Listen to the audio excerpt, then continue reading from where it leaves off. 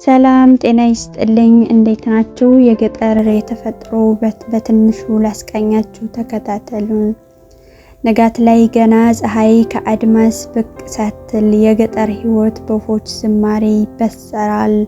የጤዛ ጠብታዎች በሳር ቅጠሎች ላይ እንደ አልማዝ ሲያንጸባርቁ ይታያሉ።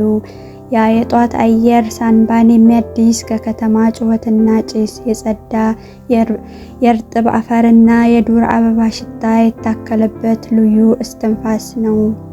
ወደ ሩቅ ሲመለከቱ ተራራዎች እርስ በርሳቸው የተቃቀፉ ይመስላሉ።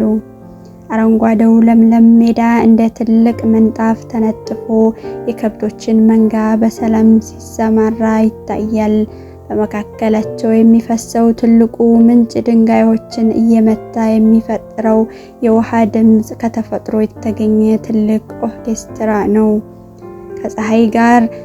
ከፀሐይ ጋር ተነስቶ መሬቱን በፍቅር ያርሳል። አፈሩን እየዳሰሰ የምድርን በረከት ይጠብቃል። እረኛው ዋሽንቱን እየነፋ ከከብቶቹ ጋር በተራራው ግርጌ ይውላል። ኑሮው ከነፋሱና ከዛፉ ጥላ ጋር የተቆራኘ ነው። ፀሐይ ስትጠልቅ ሰማዩ ብርቱካናማና ሐምራዊ ቀለም ይዋባል።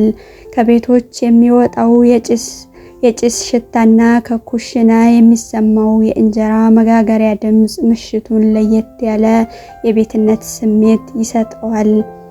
በገጠር ውስጥ ሰዓት የሚለካው በፀሐይ እንጂ በዲጂታል ሰዓት አይደለም።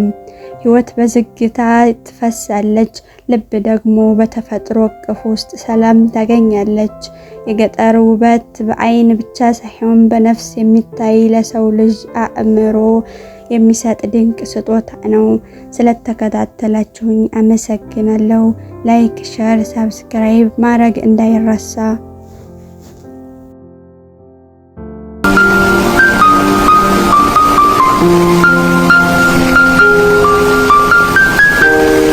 Thanks for watching Zebura YouTube. Like, share, subscribe, Adagu.